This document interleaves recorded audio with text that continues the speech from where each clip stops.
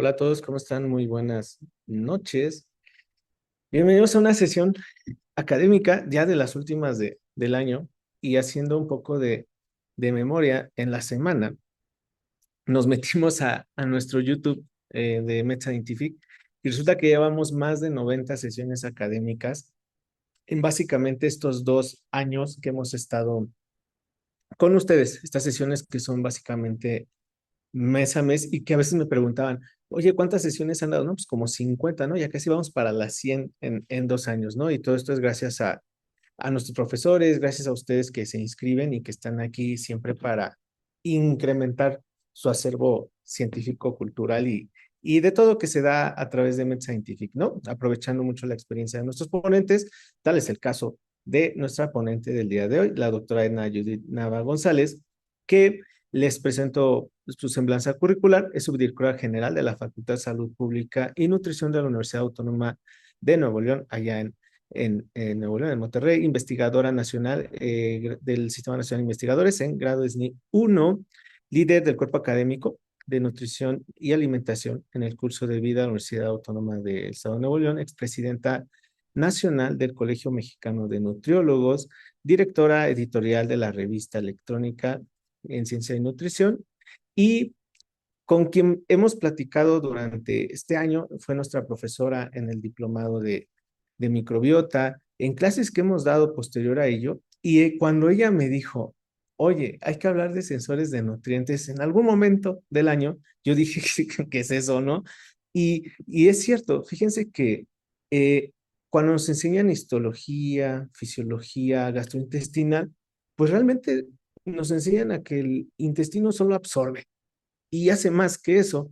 Ahora con su poder inmunológico que tiene, con el tema metabólico a través de la microbiota y ahora, como en este tema que vamos a ver, con el tema como receptor, receptivo, o sea, es esta capacidad que tiene de, a través de sus receptores, pues identificar, traducir una señal y hacer una función, una síntesis de un neurotransmisor, una síntesis de una hormona, como lo vamos a ver el día de hoy, y también ahora que está en conexión directa, ¿no?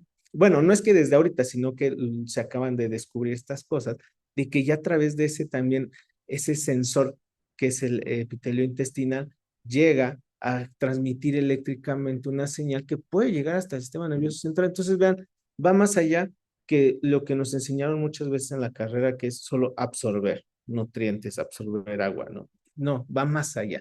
Entonces, el día de hoy vamos a ver estimulación dietética del GLP-1. Recordemos que el GLP-1 lo producimos también nosotros, más bien lo producimos nosotros como estrategia nutricional en el manejo de la obesidad. Así es que, pues le damos la palabra a nuestra ponente. Un saludo hasta allá, hasta el norte del país y bienvenida. Siempre es un Un gustote que estés con saludo, nosotros, muchas doctora. gracias a todos, muy buenas noches, un gusto estar con ustedes nuevamente. Gracias, doctor Uriel, por la invitación. Y realmente este es un tema que me encanta. Le voy a dar dos giros a este tema. Vamos a ver esta parte molecular, fisiológica, que es súper importante de recordatorio. Y la segunda parte les voy a hablar precisamente de nutrición, todo lo que nos va a ayudar a aterrizar lo que además sabemos que hoy en día pues realmente es una de las herramientas súper importantes, la parte medicamentosa, ¿no? De lo que es el tratamiento a la obesidad, pero ¿por qué no darle también esa prioridad a nuestro tratamiento nutricional a través de la estimulación de estos péptidos gastrointestinales? Y bueno, esta clase del día de hoy realmente va a ser muy interesante para todos, que nos permite conocer más allá de lo que podemos hacer, que es nuestro trabajo día con día, que es la educación, sobre todo en esta área de la nutrición. Eh, no sé si por ahí ya pueden ver mi presentación, ¿todo en orden? Sí, todo bien. Muy bien, muchas gracias. Entonces me voy a permitir presentarles precisamente este término de estimulación dietética. ¿Qué puedo hacer como objetivo dietético para estimular a este péptido tan importante gastrointestinal, que puede llamarse también que la expresión de estos péptidos son estrategias u objetivos que nos permiten también trabajar en el manejo de la obesidad Como bien ya me presentaba el doctor Uriel, bueno, yo estoy en Monterrey, soy nutrióloga certificada por el Colegio Mexicano de Nutriólogos y bueno, a través de todo este trabajo que he llevado por más de 20 años, principalmente me he dedicado al estudio de la obesidad, pero desde un apartado que también el conocimiento que nos lleva de la nutrición es la aplicación de todos estos conocimientos involucrados también con la ciencia básica. Entonces, los objetivos de mi charla es explicar el papel fisiológico, como les decía, del GLP-1 y también de los sensores, en algunos de ellos que les voy a explicar el día de hoy por qué es que se van a dar principalmente estas comunicaciones, que analicemos diferentes componentes dietéticos, porque es importante el consumo de la fibra, sobre todo qué tipos de fibras, las proteínas, los polifenoles, para que podamos estimular a este péptido gastrointestinal. ¿Qué estrategias prácticas tenemos de intervención nutricional que van a ser una forma de potenciar esta secreción del GLP-1? Y también les quiero platicar de algunos suplementos que pueden también llegar a modular a este péptido gastrointestinal.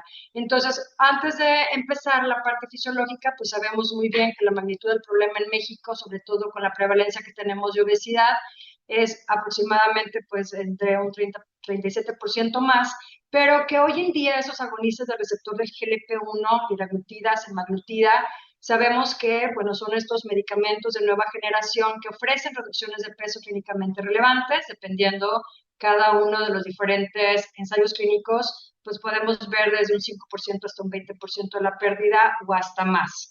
Pero también sabemos que el uso de estos medicamentos tiene limitaciones, sobre todo sus efectos secundarios, entre ellos están los efectos gastrointestinales, y que también su uso puede llevarnos a pérdida de masa muscular, masa ósea, o el acceso que tenemos a ellos, el costo que tenemos a ellos, y también pues hay altas tasas de interrupción de usos de estos medicamentos. Entonces, recientemente se publicó en este mes de mayo, en el 2025, sobre esta investigación interesante, cuáles serían nuestras prioridades nutricionales para poder trabajar, sobre todo para el tratamiento de la obesidad con el uso del GLP-1, y hacen pues a través de diferentes asociaciones pues unas recomendaciones y aparte cuestiones prioritarias, ¿no? Nutricionalmente hablando en la terapia de obesidad.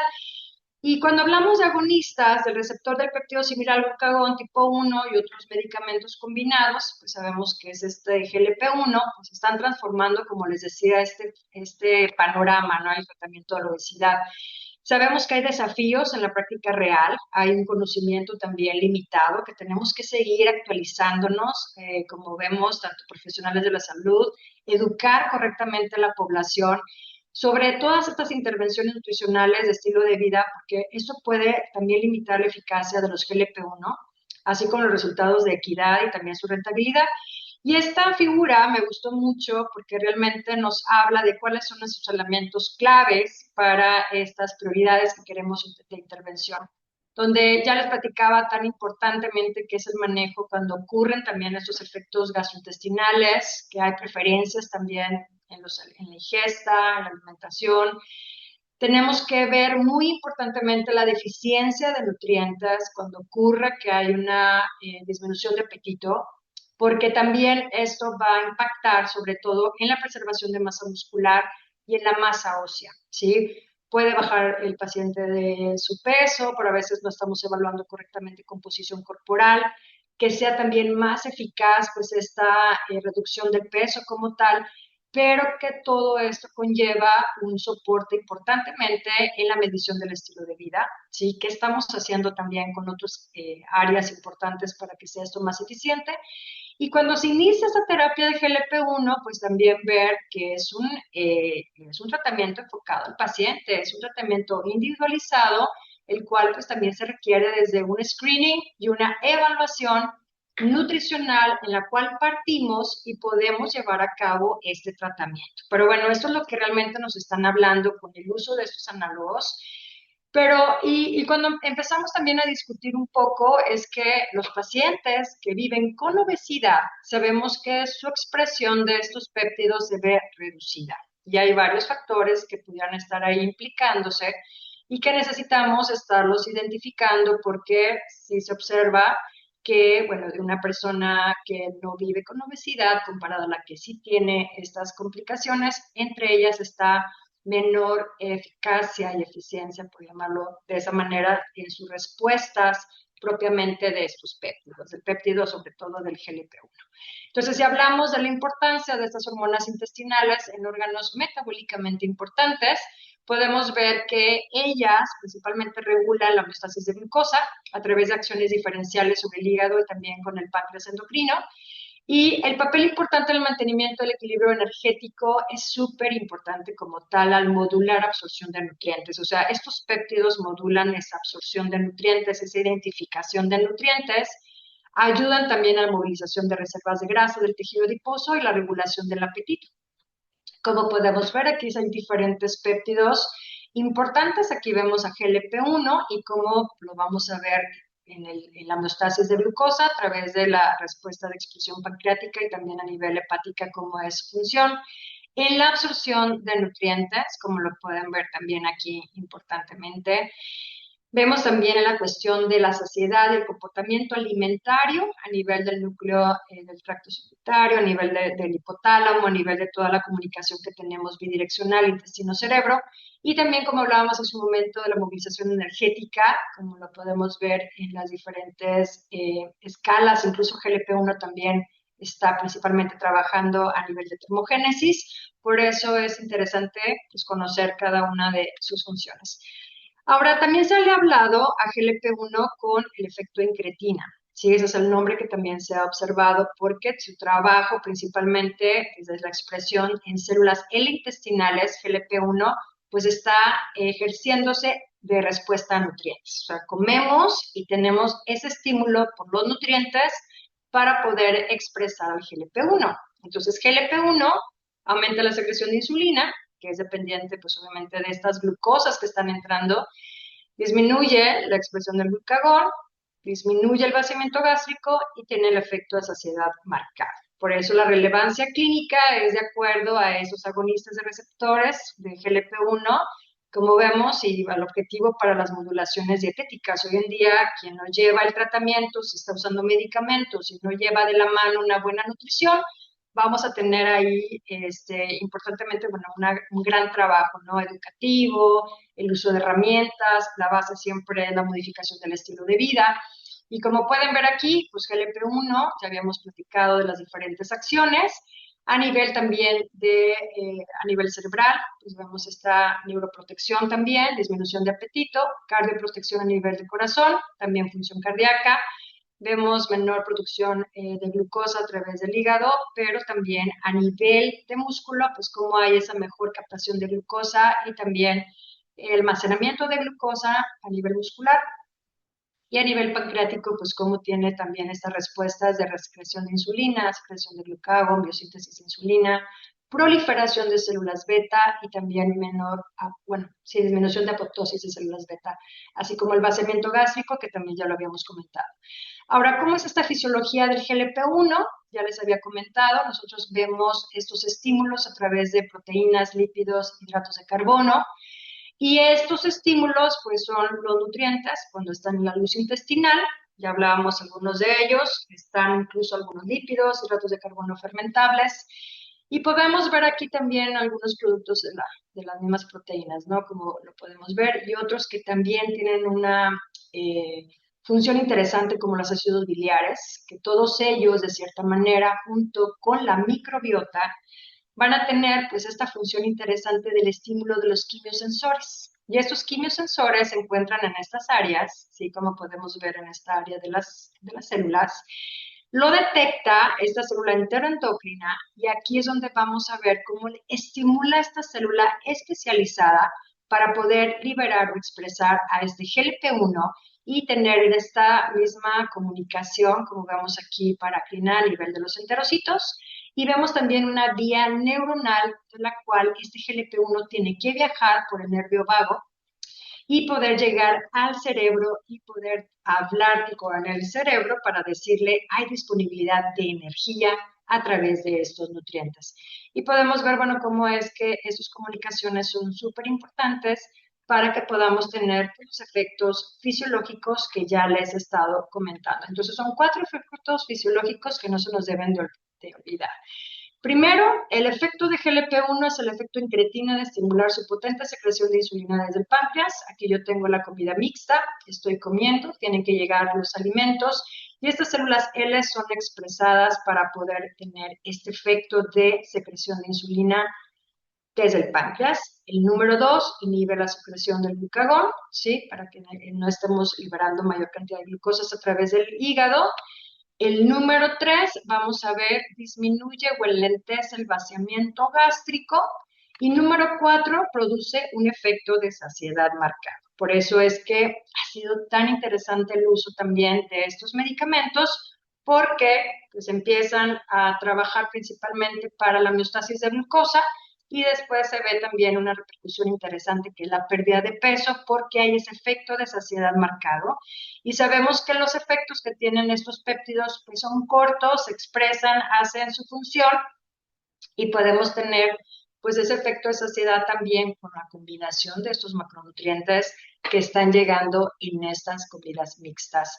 Y si vemos el efecto incretina, lo podemos ver que también viene otro péptido interesante, que es el péptido inhibitorio gástrico, que es HIP, y ellos pues son los dos responsables de este efecto incretina sobre la utilización de glucosa, y ellos actúan en conjunto para que tanto el páncreas como el músculo capten y oxiden la glucosa. Por eso vemos aquí desde la comida mixta, al llegar a este sistema gastrointestinal, pues tenemos que ver que hay una degradación de las enzimas, de la enzima de PP4, para que al estar degradadas, pues tengan estos efectos principalmente hacia el estímulo de células beta, el cual va a mejorar pues esa liberación de insulina y a nivel muscular puede incrementar el uso de la glucosa y así en las células alfa, a nivel pancreático, pues este GLP-1 ayuda a suprimir la liberación de glucagón, que a nivel hepático pues disminuye la liberación o salida de glucosa, lo cual nos permite ese control de glucosa fisiológico, que es muy importante, y esto ocurre desde lo que está llegando a ese intestino. Por eso vamos a ver un ejemplo súper interesante, lo cual es que debemos atender cuáles son los mecanismos moleculares que explican los beneficios de ingerir fibra, porque yo le estoy diciendo al paciente que es importante que coma fibra en su dieta. Y estos complejos tan importantes de las plantas o polisacáridos, pues tienen una función interesante de comunicación con la microbiota y ellas pues van a tener sus metabolitos, ¿no? Que van a surgir dependiendo de esa cantidad de fibras, por eso tenemos los ácidos grasos de cadena corta y esto fue a través de la alimentación. Entonces, estos ácidos de cadena corta, pues también hacen una comunicación interesante, tanto en receptores y sus mecanismos, donde vienen pues unos receptores como los GPR, ¿sí? Los que vienen de estas familias, de las proteínas G, el cual pues van a tener pues diferentes funciones. Por ejemplo, aquí en el sistema inmunológico, estos GPR43 principalmente hacen que también haya un equilibrio con las respuestas de las especies reactivas de oxígeno, también con la fagocitosis, con la inducción de apoptosis, la modulación de reclutamiento, por ejemplo, de citoquinas, como también ocurre en esta producción de citoquinas. Por eso hablamos que todo lo que ocurre con la modulación metabólica están de acuerdo a estos estímulos de receptores de los llamados de la familia de proteínas G.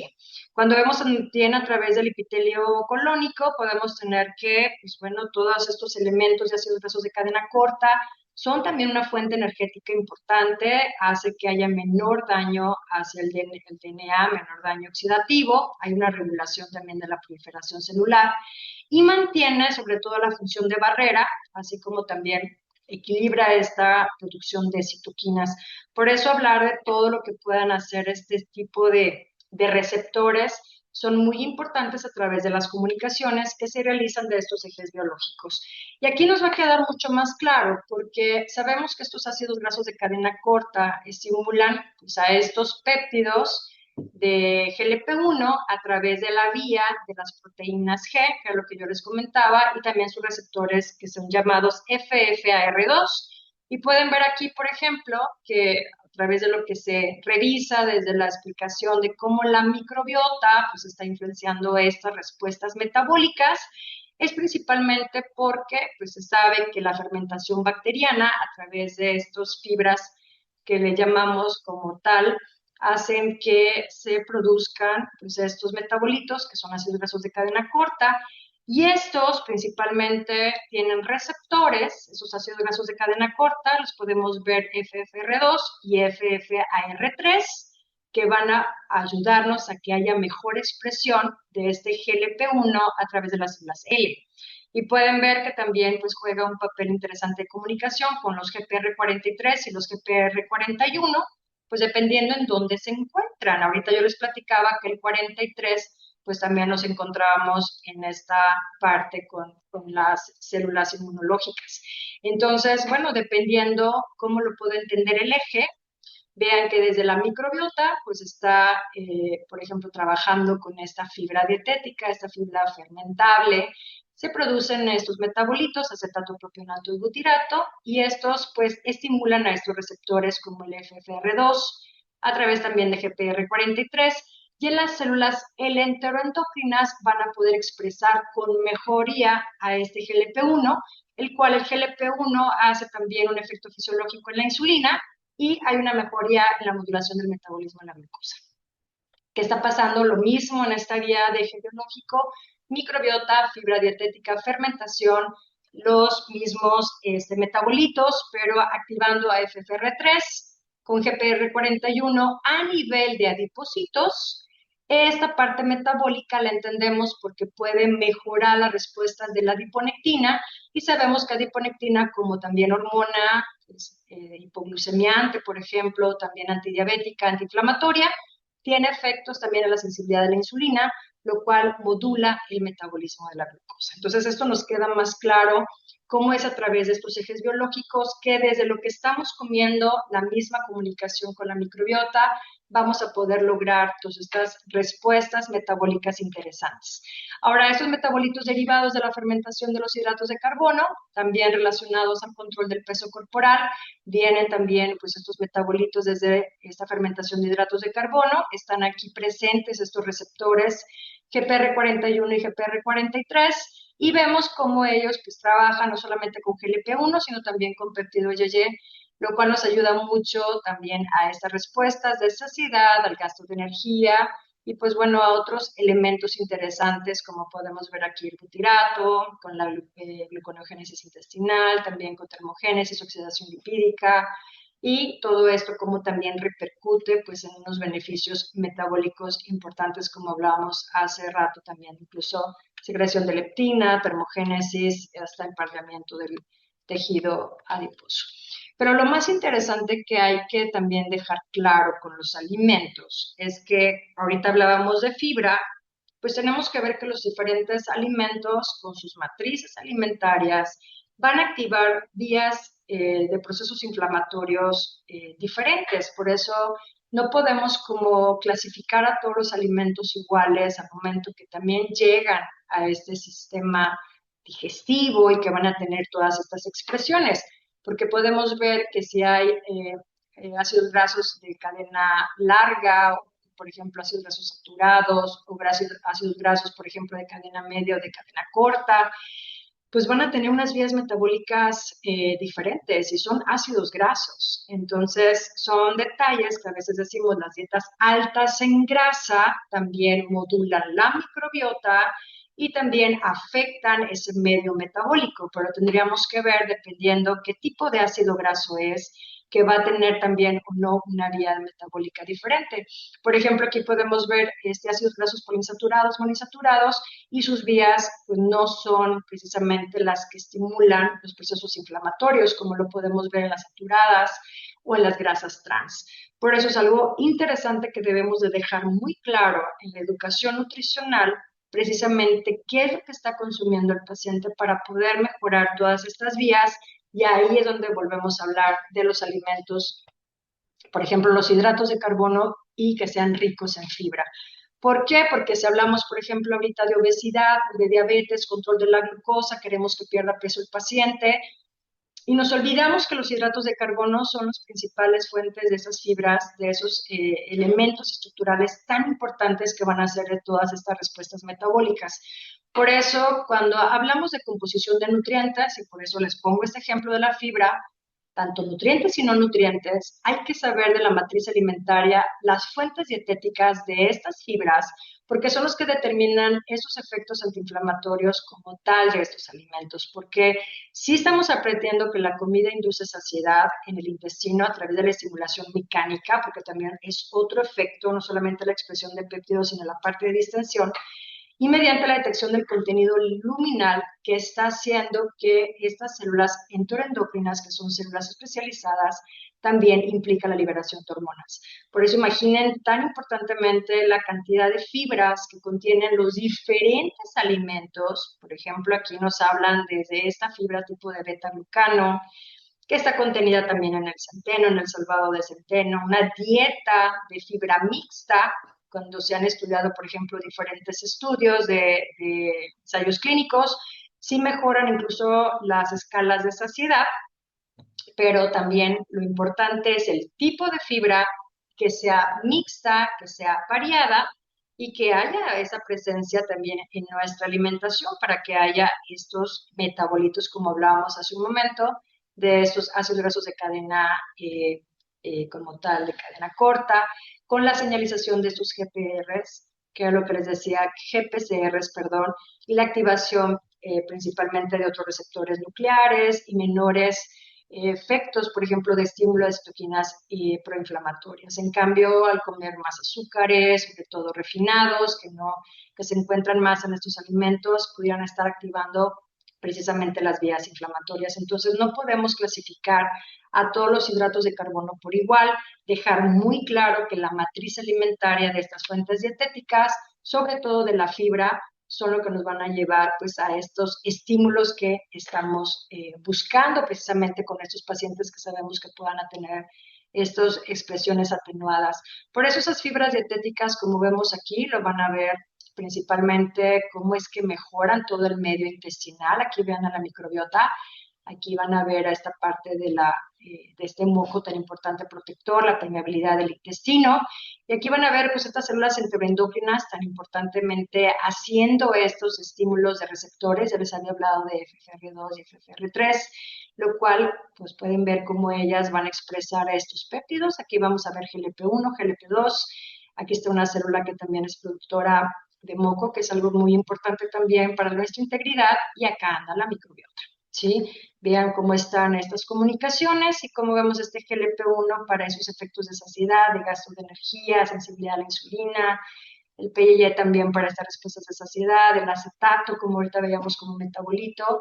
Y bueno, eso es algo que tenemos que ver porque todas estas comunicaciones, desde la secreción de insulina, la misma respuesta a la sensibilidad, incluso cómo detiene la presencia o producción, por ejemplo, de esta esteatosis o hipogénesis, realmente es algo muy interesante que debemos todavía de seguir como insistiendo en la adecuada educación de los pacientes, el paldeamiento, la termogénesis, la secreción de la leptina y, como les decía, la oxidación también de ácidos grasos. Y aquí es donde empezamos a preguntar, les había dicho, es fibra mixta, ¿sí? Es fibra variada. Por eso, cada vez que hablamos de fibra, no es solamente que el paciente coma lechuga, ¿sí? Que coma una sola ensalada al día y eso es lo que le va a usted a contar como fibra, sino realmente la variedad de la fibra que nos topamos en los diferentes grupos de alimentos que no podemos estar limitando porque nos queda luego una información también limitada a nuestros pacientes para que tengan ese beneficio metabólico. Lo que se ha visto es que cuando hay una variedad de más de 30 tipos de plantas diferentes por semana, nos va a permitir que se mantenga esta integridad y esta comunicación principalmente. Les digo, no solamente son verduras o son frutas, sino son plantas donde también están las leguminosas, están las oleaginosas, están las semillas, que nos permitan que contabilicemos esas principales variedades, incluyendo especias en la dieta para poder tener esta modulación tan importante de la microbiota y todas sus comunicaciones. Por eso sabemos que esta microbiota juega un papel muy importante en la saciedad ya que al momento de que se está presentando la disbiosis, que también es algo muy común en la población, vemos que hay mayor producción de lipopolisacárido, lo cual va a conducir a una saciedad atenuada porque el paciente también produce pues, menos GLP-1 y eso causa esa desregulación de hormonas anorexigénicas y orexigénicas que se expresan en estas neuronas aferentes vagales y que le lleva a la persona pues, a tener hiperfagia y posiblemente al desarrollo de la obesidad. Vean aquí la disbiosis, dietas altas en grasas, sobre todo grasas trans, grasas saturadas, que es la que les decía hace un momento, más azúcares refinados. Nos encontramos con esta producción de lipopolisacáridos, incrementa la permeabilidad intestinal y esto decrementa esa sensibilidad hormonal y también de esta liberación de péptidos tan importantes. En cambio, si tengo una dieta variada, que es lo que platicábamos ahorita, yo puedo tener una homeostasis, tengo esas parte de mayor sensación de saciedad, como menos, me siento más satisfecho, tengo un equilibrio de la microbiota, tengo una integridad a nivel intestinal, hay mejor producción de esos huesos de cadena corta y aquí es donde podemos ver que son los mecanismos tan importantes en el cual la microbiota como tal afecta al huésped y podemos tener beneficios de comunicación.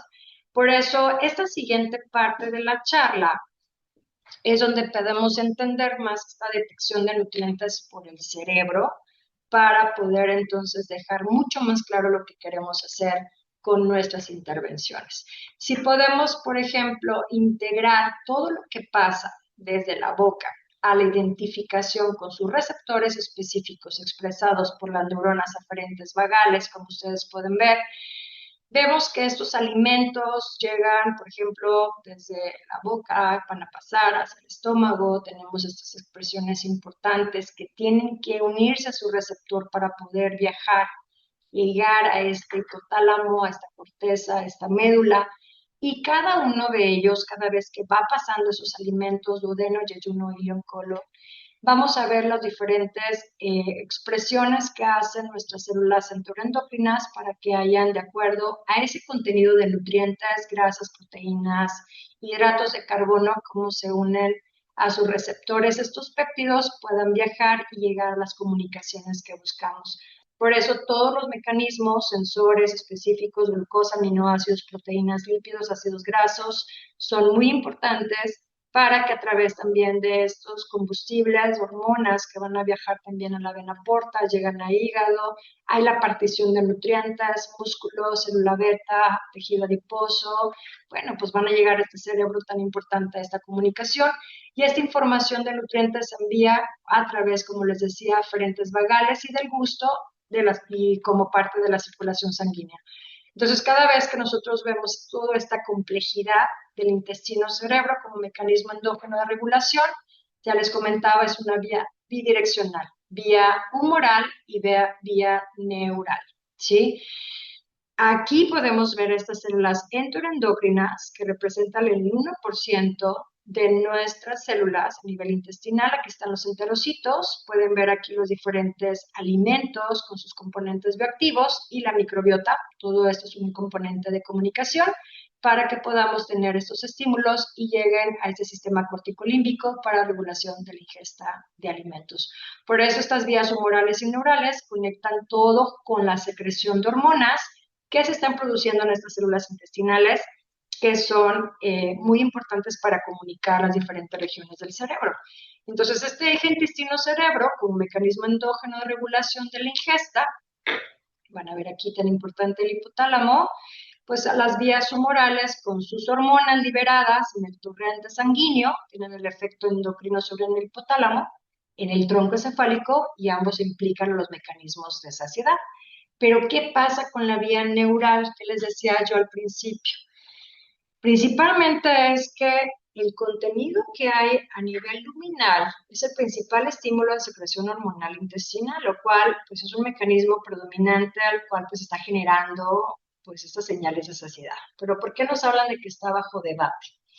¿Qué dice la literatura? Porque hay una vida media que es corta de algunas hormonas, o sea, GLP-1 tiene una vida media corta y desafía como tal la vía humoral como mecanismo principal. Entonces, se habla que las células endocrinas, por ejemplo, solo entre el 30 y el 50% de estas células endocrinas parece como si tuvieran estos neurópodos porque sugiere que hay mecanismos humorales neurales que permitan que haya esa respuesta como sostenida, así como una respuesta vagal rápida debido a la liberación de otros elementos como neurotransmisores. Hay estimulación de hormonas intestinales que están contribuyendo a esta respuesta prolongada. Y esto depende de lo que comemos. Tiene que ver si comí más proteínas, tiene que ver si comí más fibras, tiene que ver si comí, por ejemplo, polifenoles. ¿Cómo está el equilibrio con todas estas bacterias para que hayan todos estos mecanismos? Por eso les digo, no es uno solo, pero sí es entender que todo esto tiene pues una explicación, ¿no? Por eso todas estas vías bidireccionales que hemos estado platicando de la microbiota también, el cerebro, el metabolismo hepático es súper importante, cómo está funcionando también vesícula biliar, funciones inmunomoduladoras, la inervación neuronal, señalización de metabolitos enteroendócrinos y microbianos, pues todos ellos juegan un papel muy importante para que esta comunicación sea muy bien establecida, la persona esté con un bienestar general, se sienta satisfecho, realmente se mantenga incluso alejado de las enfermedades, sobre todo infecciosas. Eso lo aprendimos hasta cuando vivimos lo del COVID-19 y se sabía que cuando estaba la persona con un mejor estilo de vida, cuando comía bien su fibra, por ejemplo, su dieta o tenía mejor microbiota, pudiera tener hasta mejor equilibrio y alejado de esos procesos infecciosos. Por eso cuando recordamos de los quimiosensores de la pared gastrointestinal, hemos de aprender tan importantemente que todas ellas son el vínculo inicial de comunicación hacia el cerebro, tanto mediata e inmediata, indicando que los alimentos han alcanzado el intestino y que se necesitan digerirse y absorberse para nutrirnos. Hablar de las células enteroendocrinas como también con su función endocrina o secretoria de hormonas y péptidos que no absorben, que los enterocitos su trabajo es absorber líquidos, micros y macronutrientes y vitaminas, y que las células PANET son importantes para la defensa en el intestino que vinculan con el sistema inmune y la célula GLOBET principalmente con la secreción de moco. Entonces, todas ellas con su esquema enteroendocrino como sensores del contenido luminal intestinal, pues ya les hablaba de las proteínas G. Entonces, si ustedes observan, aquí andan estas proteínas G, ¿sí? Acá andan los receptores, aquí está llegando la comida y todo ello va a ocurrir a través también de una respuesta que se llaman exocitosis. Aquí están las vesículas y ellas son las que van a liberar a estas hormonas. Aquí hay otros receptores de las proteínas G, lo cual pues están ayudándonos a que hagan estas comunicaciones.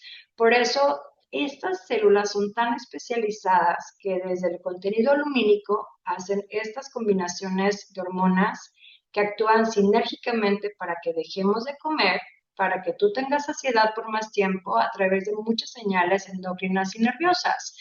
Pero les quiero platicar, esta es un poquito de historia de cómo es que ellas se desarrollan también, porque como todo tiene nuestro intestino, pues está regenerando, hay nuevas células, hay células maduras que se están madurando, hay unas células maduras y ellas, por ejemplo, pues tienen como estas vesículas que están, por ejemplo, liberando, por ejemplo, nada más un tipo de péptido, otras cuando están liberando péptidos mixtos y otras exclusivamente, bueno, con un tipo de péptido, como en este caso las azulitas, que principalmente es la vesícula que va a liberar este GLP-1 como a través de la exocitosis que yo les explicaba hace un momento. Entonces, estas células endocrinas forman estas criptas intestinales, se maduran a medida que migran hacia las vellosidades. Aquí pueden ver de que ellas tienen como que crecer hacia esa vellosidad y esta maduración, como la podemos ver aquí, se asocia a activación y desactivación de muchos promotores hormonales. Por ejemplo, hay un promotor que se llama del proglucagón, impulsa esa biosíntesis de GLP-1 y activa otras hormonas como secretina, PII, neurotensina, ya lo que les decía aquí, como estas partes mixtas, ¿no? Con sus promotores. Y en respuesta a moduladores extracelulares, ¿sí? Como podemos ver este BMP4. Estas células enteroendocrinas pues contienen hormonas en sus vesículas, las pueden ver aquí, tienen distintos elementos y son atribuibles a la edad pues como tal de la misma célula de esas vesículas y la localización de dos o tres hormonas diferentes en las mismas vesículas, que es lo que yo les decía hace un momento, pues depende de sus promotores hormonales si estaban activos en el momento en que se formaron esas vesículas para que estén activos en tiempos diferentes. Para eso están estas liberaciones constantemente atribuibles a estas respuestas del contenido de los alimentos. Pero si ustedes ven aquí la función de ellas, es una célula enteroendocrina como tal, se estimulan pues con esa absorción de nutrientes. Aquí pueden ver la glucosa, aquí están los ácidos grasos de cadena larga, aquí hay ácidos biliares, aminoácidos y pues bueno, ella, por ejemplo, la glucosa activa las células enteroendocrinas, se absorben a través del transportador de glucosa acoplado al sodio, que es el SGLT1, como lo pueden ver aquí. Esto de la membrana apical, pues activa directamente una despolarización y entrada de calcio dependiendo de cómo vemos aquí otro de los receptores, también importante de calcio, que son los Cas-R.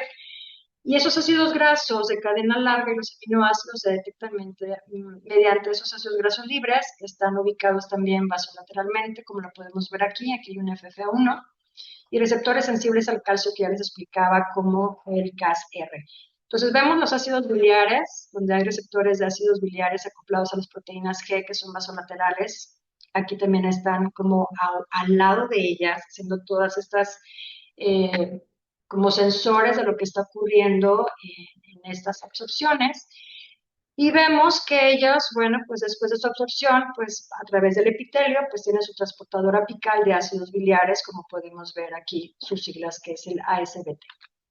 Entonces, todo esto que estamos aprendiendo de comunicaciones son súper importantes. Ya habíamos aprendido de que todas ellas, pues sus microvellosidades son las que activan a estos receptores, simplemente llegando los macronutrientes, son detectados por estos GPCRs, que son localizados en estos bordes apicales, y que estos liberan estas hormonas del tracto gastrointestinal hacia la circulación con todas las diferentes funciones para unas endocrinas neurales para modular lo que comemos. Entonces, esto es principalmente un trabajo día con día que se le llama balance energético a corto plazo, que lo podemos estar modulando a través de toda la combinación de nutrientes que nosotros estamos indicando para nuestros pacientes. Y que esos sensores gastrointestinales realmente nuestro cerebro puede detectar directamente la disponibilidad de nutrientes. Aquí vemos proteínas, grasas, carbohidratos y nos vamos a dar cuenta que la microbiota es súper importante para que estos también sensores gastrointestinales juegan un papel interesante, sobre todo con los estímulos, en este caso de los metabolitos como los ácidos grasos de cadena corta, para FFR2, FFR3 y podamos tener los diferentes efectos metabólicos que yo les platicaba al inicio de la conferencia. Por eso, ese sistema de detección de nutrientes con todos los péptidos, y estos que me he estado dedicando un poquito más, se activan por esos ácidos grasos para estimular a ese GLP-1 y al PYY e inhibir también una motilidad gastrointestinal. Entonces, si no hay buenas fibras en la dieta, ese GLP-1 no tiene una buena expresión.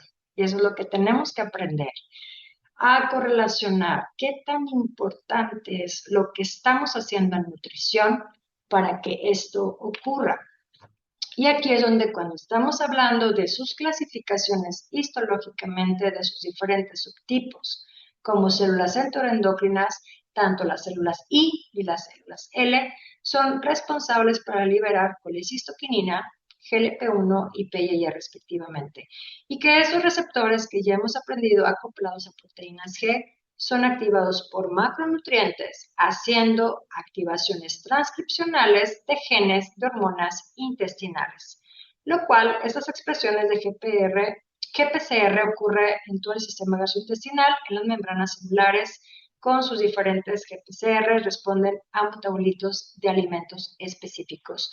Por eso aquí les presento diferentes receptores y se pueden dar cuenta que muchos de ellos pues tienen esa Por ejemplo, en relación hacia sus expresiones como los de ácidos grasos de cadena corta, los de ácidos grasos de cadena larga, de cadena media, oligopéptidos, los azúcares naturales, artificiales, los aminoácidos, entre todos ellos que nos van a explicar por qué podemos liberar ciertos tipos de hormonas intestinales o péptidos intestinales que van a tener pues todas estas respuestas metabólicas que hemos estado hablando desde el inicio. Y pues bueno, les sigo comentando tan importante que son estos receptores, que son expresados en las células L y que sobre todo son estimulados por estos metabolitos de cadena corta para poder tener la expresión tanto de GLP-1 como PYY y que haya esos efectos de saciedad.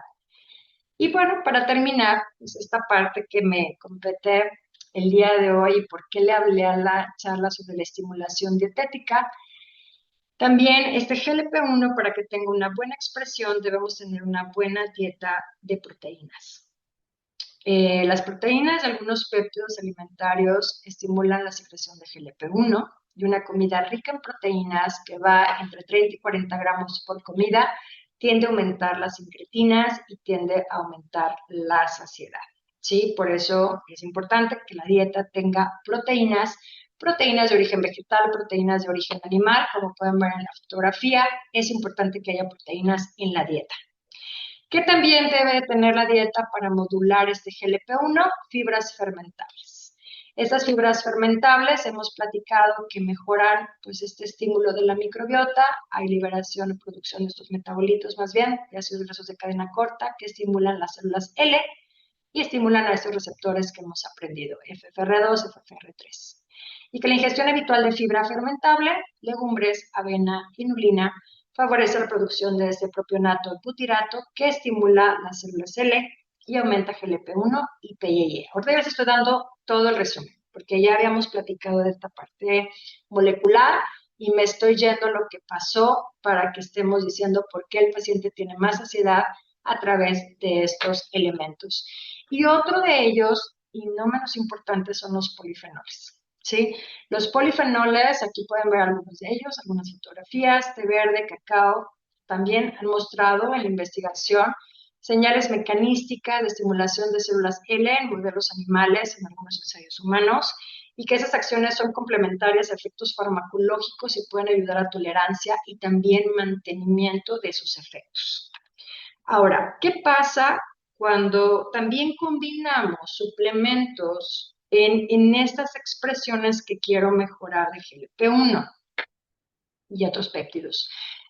Si yo quisiera, por ejemplo, también usar suplementos, en la evidencia humana, pues tendríamos que buscar más investigación, también hay que buscar información de seguridad, calidad del producto, interacciones farmacológicas, entre otros, costo de acceso.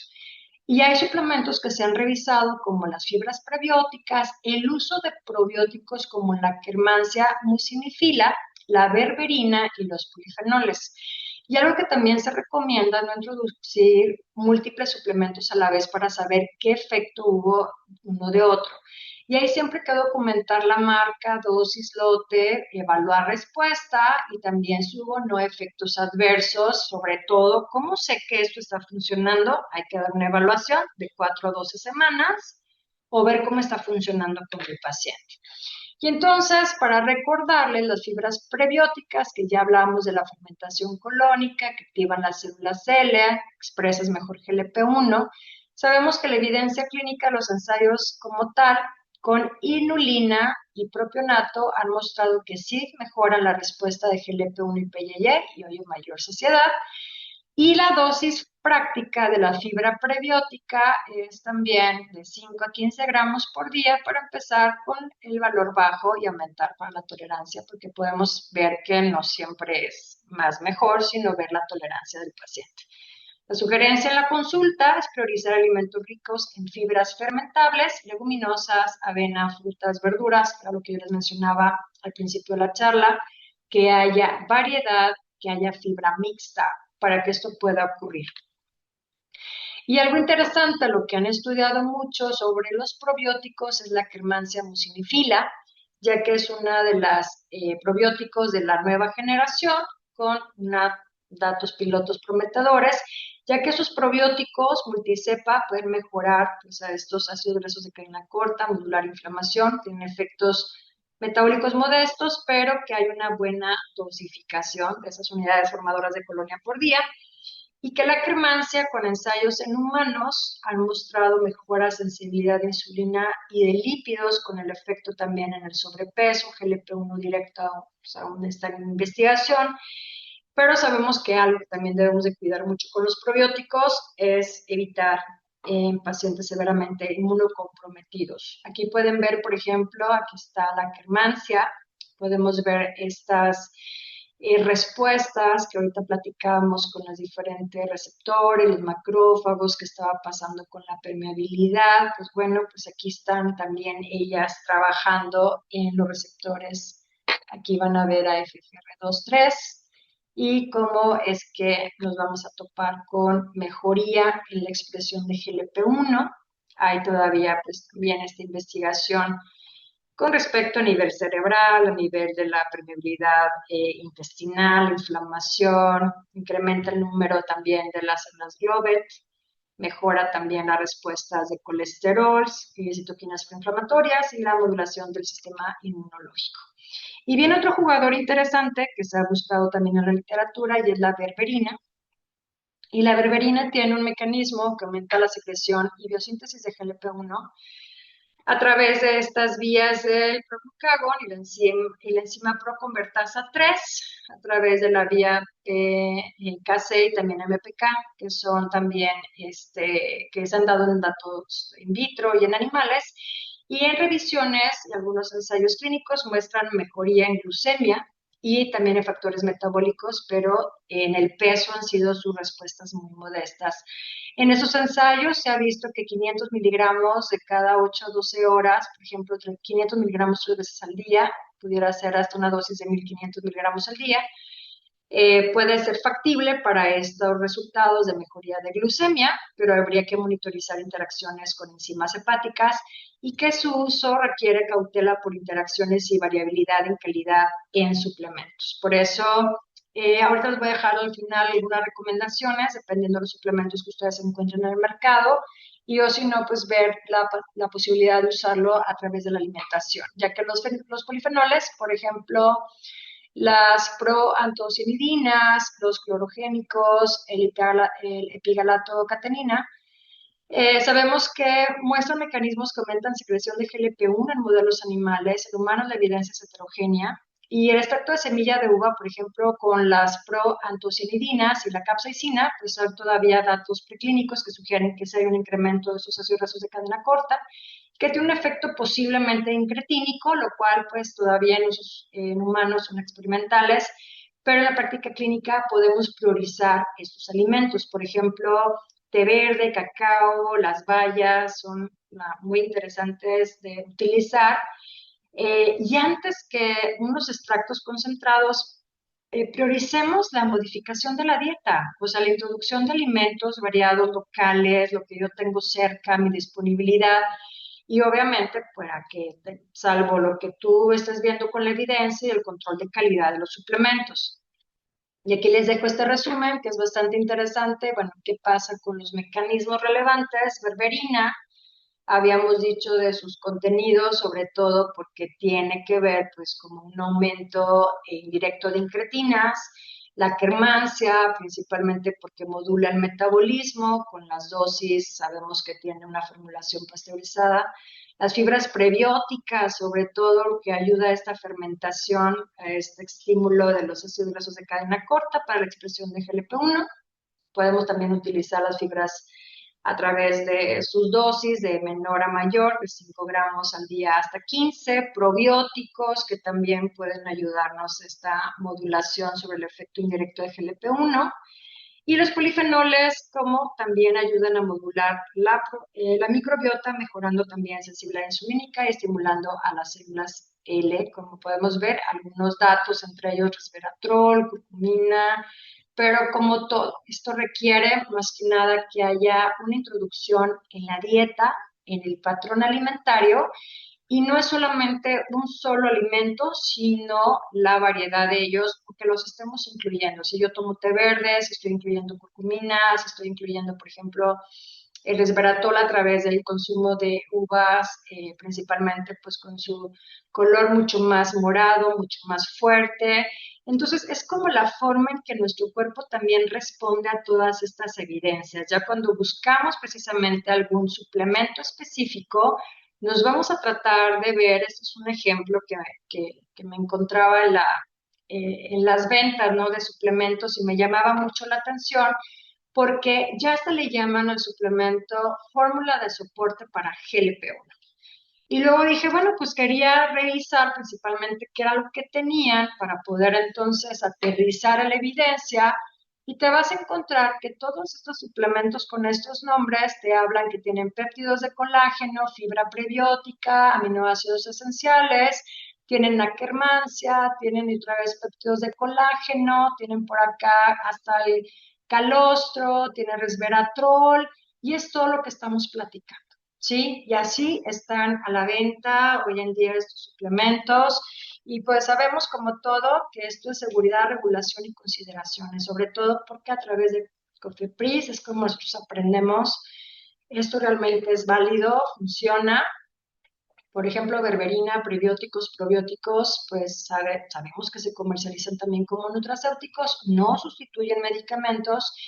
Y algo muy importante que no se nos debe de perder es variabilidad de calidad de etiquetado, que haya productos con certificado de análisis y registro sanitario cuando proceda. Por eso toda la gente que se dedica a pues, estar produciendo los suplementos busca que haya pues, todas estas regulaciones porque sabemos que algunos de ellos pueden tener interacciones. Por ejemplo, berberina, evitar probióticos con pacientes, como ya les decía, con inmunosupresión, monitorizar también función hepática, la respuesta clínica. Y sabemos que en México, pues todo esto, esta regulación, pues es principalmente el registro sanitario que tiene COFEPRIS, sus etiquetas, pero también como todo, pues se necesita estandarización de cepas, dosis, porque a veces esto no es suficiente, ¿sí? Entonces, si yo les dejo un mensaje, todo esto requiere aplicación clínica. Como todo, hay que hacer un cribado inicial, evaluar el patrón alimentario de una persona, su función hepática, sus medicamentos concomitantes. Y si yo hago una intervención, siempre prioricen los cambios en el estilo de vida, sobre todo con la alimentación y el ejercicio. Prioricemos la dieta con proteína adecuada, las fibras fermentables, si voy a introducir suplementos que sean a la vez, es que se proceden, y que le demos seguimiento, qué pasó a las 4 semanas, qué efectos tuvo en el sistema gastrointestinal, qué pasó con su composición corporal, con su fuerza, con su bienestar general, para poder hacer ajustes también según el monitoreo. Por eso les decía que de esta publicación se me hizo bastante interesante que las prioridades nutricionales para el soporte de GLP-1 pues incluye lo que ya sabemos en los patrones dietéticos, grupos de alimentos, frutas, verduras, granos enteros, lácteos, proteínas, magras, nueces, semillas, grasas, sobre todo de origen vegetal, y hasta algunas infusiones, ginger, como viene aquí, o también del peppermint, que funciona también para, junto con los hábitos de alimentación, la flexibilidad del alimento, el control de porciones, la hidratación y también pues de lo que a veces usamos de medicamentos, pues estemos vigilando el consumo de alcohol, así como también cuestiones emocionales y cuestiones que pudieran estar interfiriendo en la alimentación propiamente. Todo lo que está publicado va con evidencia como tal para poder desempeñar un mejor papel para abordar estos desafíos. Y el asesoramiento que queremos también como profesionales de la salud es muy importante para apoyar si hay o no una reducción de peso, que hay efectos secundarios o no, si el paciente está usando medicamentos. Estoy mejorando la alimentación para que también yo haga una eficiencia fisiológica a través de los alimentos y sobre todo porque lo que quiero es evitar que haya una pérdida muscular, una pérdida ósea, para que el paciente también se vea favorecido con su mantenimiento de peso a largo plazo. Como conclusiones les dejo, esta GLP-1 es una hormona clave en la homeostasis energética, constituye un puente entre nutrición y metabolismo. La dieta puede modular de forma muy significativa la secreción endógena de GLP-1, ofreciendo una herramienta accesible y sin efectos adversos farmacológicos. Y los nutrientes como proteínas, fibras, grasas monoinsaturadas, los fermentados, han mostrado estimular este GLP-1 y mejorar el control del apetito y la glucemia. Por eso, hagamos intervenciones que favorezcan estas secreciones, representando como un enfoque innovador y complementario al tratamiento de la obesidad. Y bueno, siempre dejarles el mensaje que lo que hacemos en la práctica clínica se integra a este conocimiento para diseñar estrategias dietéticas personalizadas, basadas en evidencia, que optimicen la pérdida de peso y reduzcan el riesgo cardiometabólico. Espero que esta charla les haya dejado un mensaje, porque realmente para eso estamos aquí, para seguir actualizándonos con esta nutrición basada en evidencia, con esta medicina basada en evidencia, en tópicos que realmente nos gustan y queremos pues, lograr la mejoría de nuestros pacientes. Les dejo aquí mis redes sociales, también mi correo electrónico y les agradezco nuevamente su atención e invitación. Muchas gracias, doctora. Wow, qué clase tan buenísima. Nos tenía bien picados a todos. Y pues totalmente perfecto todo lo que nos hablabas. A veces pensamos que el suplementar como tal es la clave, pero es que es el sumar la parte de la alimentación que contiene naturalmente esto que esté disponible en nuestros, para comprar o para agregarlo a la alimentación. Y bueno, ya si queremos echar mano de un suplemento, bueno, saber elegir, ya con esa tabla que nos presentaste nos quedaría más claro estas recomendaciones. Eh, Claro, con mucho gusto se las comparto. Gracias. Vamos, hay por ahí unas dos preguntas, si nos da tiempo, doctora, ¿está bien? Sí, claro, de hecho yo estaba leyendo algunas Ok. porque dice que si me gustaban esos suplementos de las imágenes, es que les quería presentar como que lo que había y qué es lo que contenían los suplementos para darnos la idea que nos están vendiendo. Pero, a ver, ¿qué era lo que querían? Buenas felicitaciones. Sí, era lo que estaba viendo. Como Ujú. nosotros tenemos un papel muy importante, claro que sí. Había una pregunta. Sí, a veces no completo las referencias, pero puedes buscar a través la información con el título, te encuentras también los artículos y buscas con el año. Este, Les iba a comentar por qué en pacientes inmunodeprimidos no se utilizan los probióticos como tal vivos, porque precisamente tenemos que hacer una mejoría a través de la alimentación para que poco a poco, porque se nos habla de que en este caso, por ejemplo, pacientes que están llevando una quimioterapia, un paciente con un VIH, llevar a cabo pues un probiótico a lo mejor no es la primera línea de trabajo, sino primero mejorar la integridad epitelial, dando una buena nutrición y luego ya entrarían posteriormente probióticos porque no sabemos el equilibrio como tal en ese momento cuando hay una inmunodepresión. Por eso, o inmunosupresión. Por eso es bien importante que no es como nuestra primera línea, entraría después, por eso habría que cuidarlo. ¿Qué más me estaban preguntando? A lo del licuado de avena, pues no sé, ¿tú cómo ves, doctor? Al final, si este tipo de productos, este tipo de fibras son fermentables y forman parte de tu alimentación al día, pues yo no lo veo mal. El tema es con que van a hacer el licuado, no le echen sus cucharadotas de azúcar, ¿no? O sea, todo depende de Exacto, las combinaciones, pero es correcto la implementación de productos naturales y lo más light posible en la alimentación, porque antes de empezar en la suplementación debemos de agregar alimentos a nuestra dieta saludables, ¿no? Propiamente. Entonces, claro. pues claro que debe tener un plus. El tema es que, ¿con qué lo va a acompañar? Sí, y el tamaño de la porción es súper importante. Mira, aquí tenemos un gran, como controversia, porque lo primero que sucede es que decimos, paciente con obesidad, no coma carbohidratos. O sea, dietas low carb, porque es importante el cuidado de su sensibilidad a la insulina, su postprandio, y ya sabemos sus riesgos cardiometabólicos. Entonces decimos, no avena, no esto, o sea, empezamos a quitar muchos alimentos. Y ahorita todos los que les decía son los que quitamos en las dietas, porque está el paciente con obesidad o con diabetes. ¿Sí? Sí, es verdad, la literatura te dice que índice glucémico bajo, carga glucémica baja, pero hay listados de hidratos de carbono que te van a dar principalmente más fibra y menos hidratos de carbono netos. Entonces son los que tenemos que poner en la lista. De las frutas son las bayas, por ejemplo, los espárragos, vegetales verdes, las macadamias, las nueces de la India, las nueces. Entonces nos dan suficiente fibra si los contamos por porción y son bajos en carbohidratos. Entonces, van a ser buenos estrategias para utilizar donde las dietas controladas en carbohidratos, porque el paciente tiene diabetes, va a tener un adecuado aporte de fibra. Perfecto. Ahí nos hablaban sobre el tema del uso de agonistas GLP-1 en el tratamiento de la obesidad.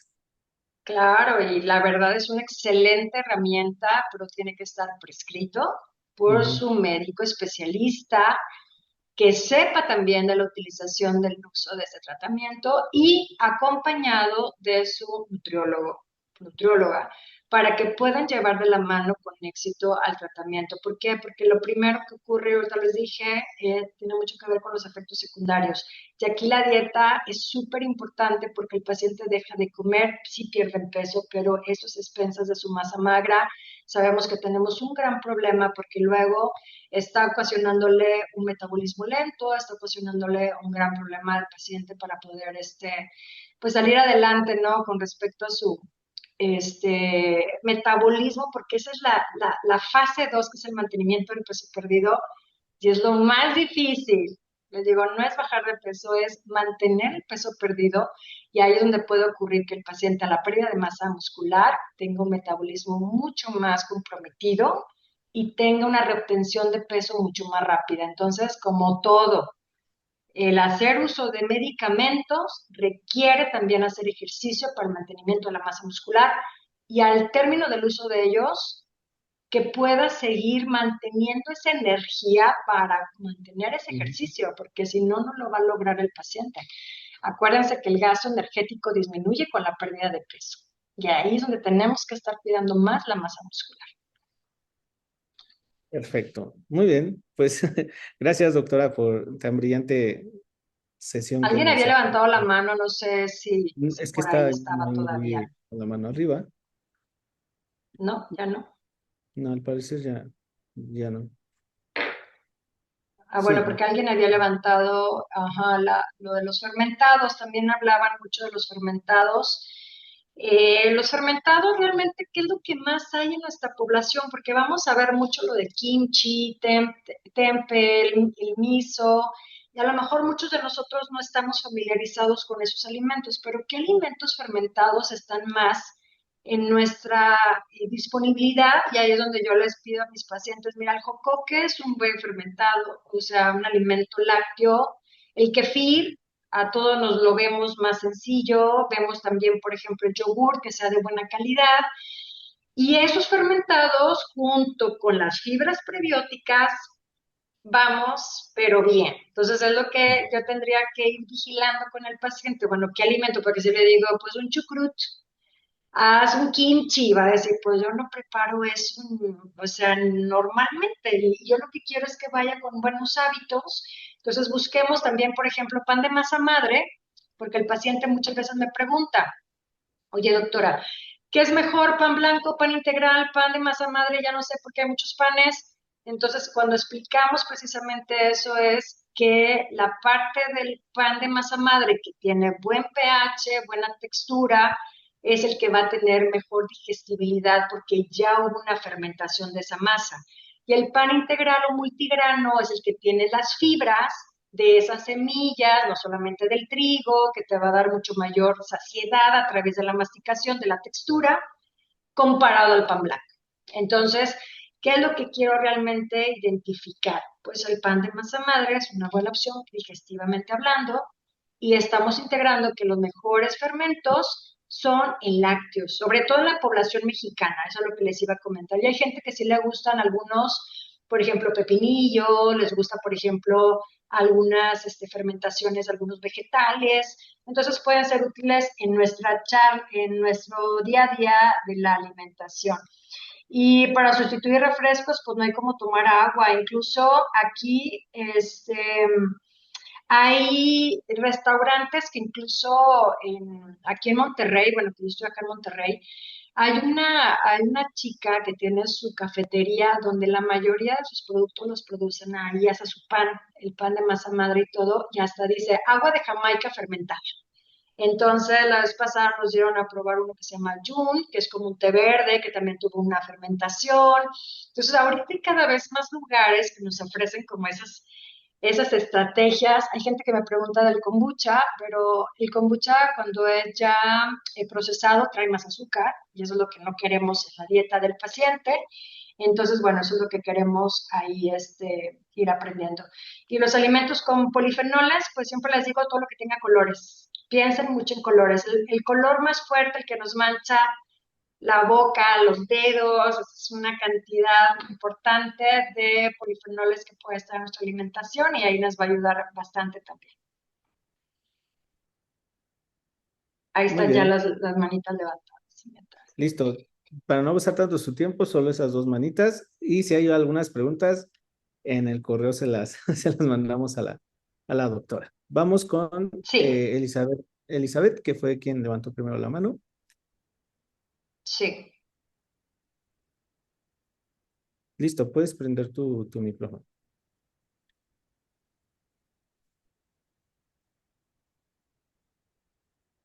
Bueno, creo que tiene algún problema. Vamos con el doctor Juan Carlos. Listo, le acabo de mandar la solicitud. Ya. Gracias. Es muy importante el tema en relación con los horarios, porque ¿en qué horario es más conveniente? Sé que hay un tema de la crononutrición y eso es muy importante, pero ¿nos podría decir algo acerca de estos, en qué horario es mejor un alimento? Porque, no sé, es muy común escuchar que la avena en la noche y que algún fermentable mejor en la mañana, y etcétera, etcétera. ¿Qué sugiere de modo general al respecto? Bueno, muchas gracias por tu pregunta, doctor. Aquí la ideal de la crononutrición, si es que los mayores hidratos de carbono o los que le llamamos más concentrados, sí, como hidratos de carbono, como los granos, sean en la mañana, en el desayuno y en la comida, ¿sí? Porque si la crononutrición nos dice que nuestra eficiencia metabólica disminuye hacia el descanso, ¿sí? Es el día y la noche. Entonces, si yo voy a meter más hidratos de carbono, por ejemplo, densos, en el desayuno y en la comida. O sea, si yo voy a comer la avena, de preferencia en el desayuno, y en la noche más vegetales y proteínas, ¿sí? Tus polifenoles, como en la noche para que tú tengas mejor descanso de respuesta insulínica, porque nos vamos a ir a recostar, ya vamos a disminuir unas actividades y eso puede funcionar mejor de esa manera. Incluso los suplementos, también, por ejemplo, bueno, he leído en algunos libros que mencionan algunos esquemas, berberina también se ha recomendado para el consumo nocturno, porque a lo mejor llegué a cenar muy tarde y me voy a ir a acostar. Entonces, berberina con sus polifenoles, con sus respuestas como tal, va a ayudarnos esta mejoría, ¿sí? Por ejemplo, omega 3 siempre es recomendable con alimentos, o sea, con grasas, para que haya mejor absorción. Y probióticos, lo tomo también en forma de cápsulas, de preferencia en la mañana, como mi inicio del día por todos los factores de comunicación que también tienen. Entonces, esos detalles sí son súper útiles y sobre todo lo explico mucho con los hidratos de carbono densos, les va a ayudar muchísimo para el control de la glucosa de sus pacientes. Si yo quiero manejar, por ejemplo, las cuestiones del ayuno, les digo, no es tanto un ayuno completo, sino descansar por 12 horas, cenando temprano y dejando esas 12 horas para que también haya un mejor control metabólico y así vamos acomodando el resto de los alimentos para mejoría metabólica. Eso sí está en la evidencia de la crononutrición. Muy bien, muy bien. Vamos por la última oportunidad de Elizabeth de activar su audio y si no, terminamos.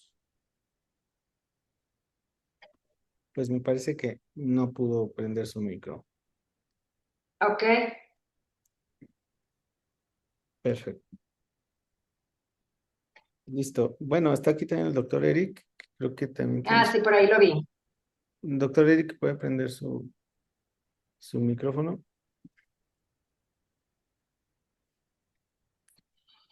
Hola, buenas noches. ¿Sí me escuchan?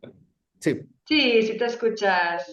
De nada. felicitarte, estimada doctora Edna y a Uriel por ese Gracias. espacio que se generó. Oye, yo quiero aprovechar antes de que cierres la sesión. Hay una propuesta que alguna vez leí en algún artículo de generar fenotipos de personas que viven con obesidad, sobrepeso. Era esto de aquel con apetito hambriento, aquel con intestino Ujú, perezoso, ujú. ¿no? Yo creo que es un inicio, pero desde la nutrición, ¿habrá otra forma de hacer una categorización de personas? O sea, ¿habrá un futuro aparte? Yo creo que este es un inicio, pero ¿habrá un pues futuro en desde la nutrición ver otras cosas que no están viendo los médicos? Porque estoy seguro que fue un enfoque médico, ¿no? Pero ¿tú qué opinas? Sí, yo creo que hay excelente, bueno, hay unas evidencias que con gusto les puedo pasar unos links. Tuve una oportunidad de conocer a una doctora, creo que está, no recuerdo ahorita el país, pero ella hace investigación por metabotipos.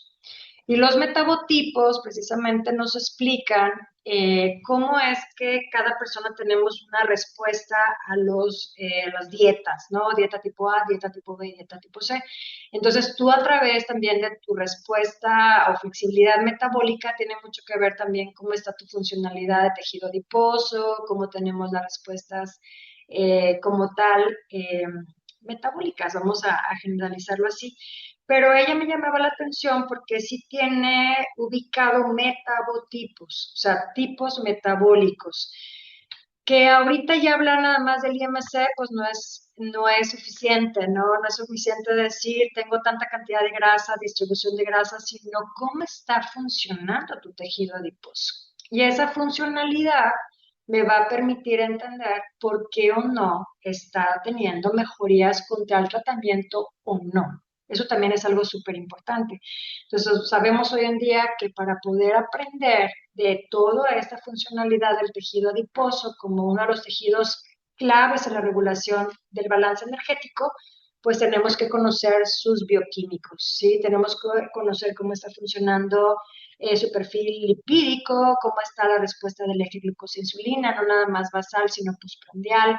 Tenemos que conocer también esa función endotelial a través de la presión arterial y tenemos que ver también procesos inflamatorios desde lo básico de una PCR ultrasensible.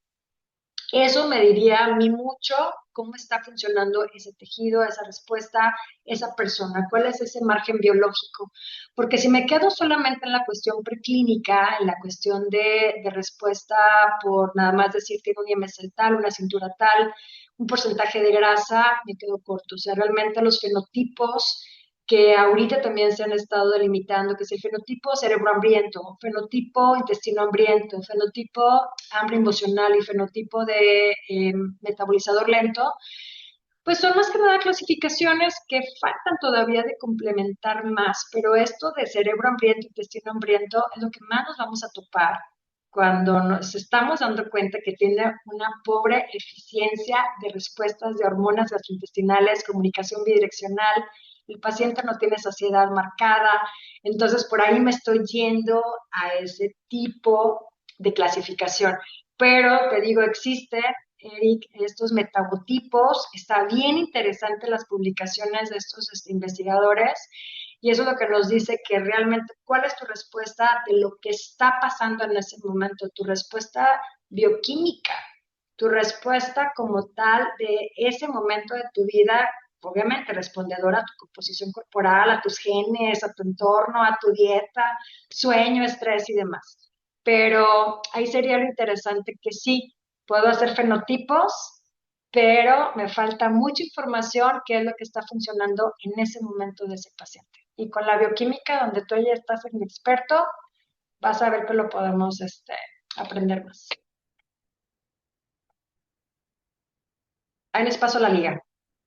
Perfecto. Sí, sí, nos la pasa y para pasársela a todos los que pasen asistencia ahorita en estos Que minutos. pasen asistencia y les ponemos cienes, porque aquí realmente es importante que todos aprendamos. La verdad, como les digo, como nutrióloga, me encanta estos temas porque es cuando realmente entendemos la importancia de nuestro trabajo y cuando hacemos equipo interdisciplinario, más conocemos y vamos capacitándonos de todos estos detalles tan precisos de que no solamente es contar calorías, sino realmente qué está pasando a nivel metabólico de cada una de las personas para poder tener mejores intervenciones. Eso es lo que les dejo de mensaje y bueno, a seguirnos capacitando y para eso estamos aquí. Muy bien, perfecto. Muchas gracias, doctora Edna. Un gusto, les mando un abrazo a todos. Cuídense y estamos por ahí comunicándonos. Feliz año. Gracias, igualmente. Bueno, pues Hasta ya por luego. ahí pusieron el enlace de asistencia, se nos adelantaron ahí. Denos un segundito porque también hay un aviso que darles. Eh, este viernes vamos a comenzar un curso, el último curso del año que vamos a tener en Scientific, que es el de inmunobiosis, ahora el papel inmunológico de la microbiota intestinal. Entonces, antes de que se vayan, denme por aquí un chancecito, perfecto, para compartirles el programa, porque seguramente hay personas nuevas que se integraron el día de hoy a la clase y bueno, al grupo como tal. Y déjenme decirles que se actualizó el temario. Hay un tema más demasiado interesante que nos propuso el comité académico. Y bueno, es un curso donde vamos a relacionar directamente la microbiota del sistema inmunológico y donde se van a ver los siguientes temas. Las generalidades del sistema inmune y microbiota. Este programa está dirigido por la doctora Ana Isabel Burguete. De ahí nos vamos a ver a un tema que yo muero por aprenderlo, fisiología de mucosas, la tolerancia alimentaria, por qué no nos causa infección o inflamación un alimento, y mecanismos reguladores de la microbiota, que los fagos, los péptidos antimicrobianos. Eso lo vamos a ver con la doctora Vanessa López Guerrero, quien es viróloga. De ahí también nos vamos a ver el tema de virus, de la microbiota y su regulación al sistema inmunológico. Va a estar el doctor César Ochoa con nosotros y nos va a platicar del rol del microbioma en la prevención y manejo del cáncer en este aspecto inmunológico. Recuerden que el enfoque es inmuno. Vamos a ver también microbiota intestinal, metabolitos e inmunidad del huésped. ¿Qué metabolitos son inmunológicamente activos o estimuladores del sistema inmunológico? También vamos a ver microbiota en lactancia materna para la inmunoprotección. Claro, este tema súper importante en los primeros 1000 días de vida de nosotros. Y de ahí nos vamos ya a la parte práctica, aplicativa, que sepas bacterianas, qué probióticos se pueden catalogar como inmunobióticos, que tengan este potencial de estimular el sistema inmune. Y vamos a cerrar con el tema que se acaba de agregar el día de hoy, disbiosis de la microbiota e inflamación en el contexto de la neuropsiquiatría. Recordamos que ahora estos padecimientos neuropsiquiátricos parecen tener un inicio inmunológico e inflamatorio que viene de la mano de la microbiota. Entonces, lo vamos a analizar en el último tema de este curso que lleva por nombre Inmunobiosis y que será nuestro último curso del año para todos ustedes. Un programa dirigido por la doctora Ana Burguete y bueno, nuestro panel de profesores que nos han acompañado durante este año que ya conocen, todos ellos especialistas evidentemente en el tema que van a dar. Así es que esto empieza el viernes, va a ser viernes y sábados. Ya saben todos ustedes que las clases se graban en nuestra plataforma. Si alguien no puede entrar en vivo, bueno, pueden ver la grabación y pasar asistencia. Así es que nos gustaría contar con su presencia en nuestra última actividad académica del año y pues agradecerles que nos han venido acompañando durante 2 años y bueno, durante este año como tal académico. Así es que en el enlace de asistencia, que ahora sí, pónganlo, este, ya está ahí, pues viene el mensaje al final si deseas inscribirte para apartarle su lugar. Por ahí hay un descuento del 20% solo para los que entraron el día de hoy a la clase de la doctora Edna. Y bueno, quien diga que sí, pues les mandamos la información y quienes pues no, se les manda su constancia de todos modos el día de mañana. Gracias por estar aquí y esta sesión se cierra básicamente en unos 3 minutos automáticamente en lo que pasan asistencia todos. Nos encantaría verlos el día viernes en la primera clase de inmunobióticos y pues nada, descansen. Gracias por estar acá.